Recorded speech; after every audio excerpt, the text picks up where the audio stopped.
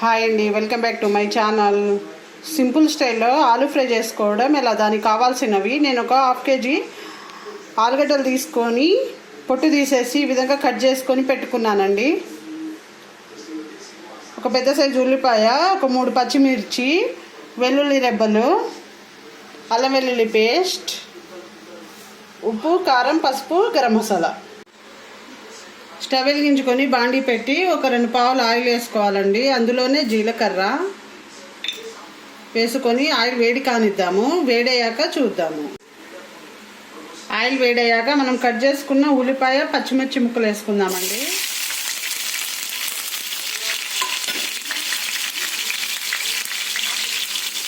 ఉల్లిపాయలు, పచ్చిమిర్చి మగ్గనిద్దాము. మగ్గాక చూద్దాం. ఈ విధంగా మగ్గాక మనము ఇందులోనే ఒక హాఫ్ టీ స్పూన్ అల్లం వెల్లుల్లి పేస్ట్ వేసుకొని కలుపుకుందాము.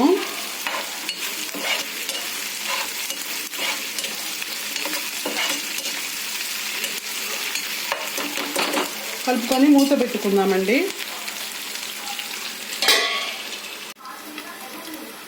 ఒకసారి మూత తీసి చూద్దాము.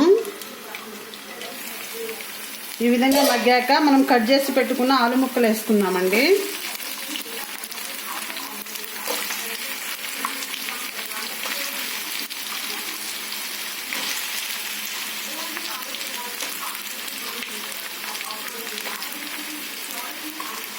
వేసుకొని కలుపుకుందాము.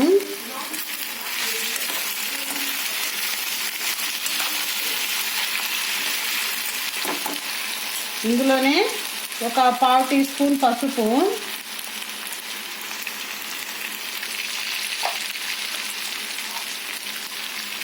సాల్ట్, 1.5 స్పూన్ సాల్ట్ వేసుకొని కలుపుకుందాము.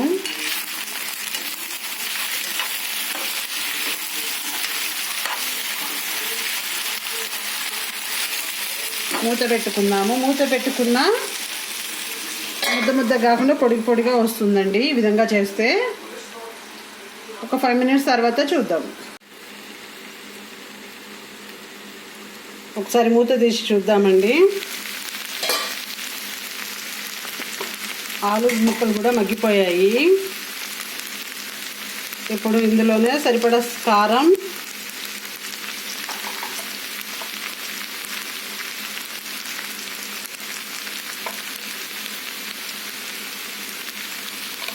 గరం మసాలా 1/2 స్పూన్ వేసుకొని కలుపుకుందాము. కలిపాక చూద్దాం.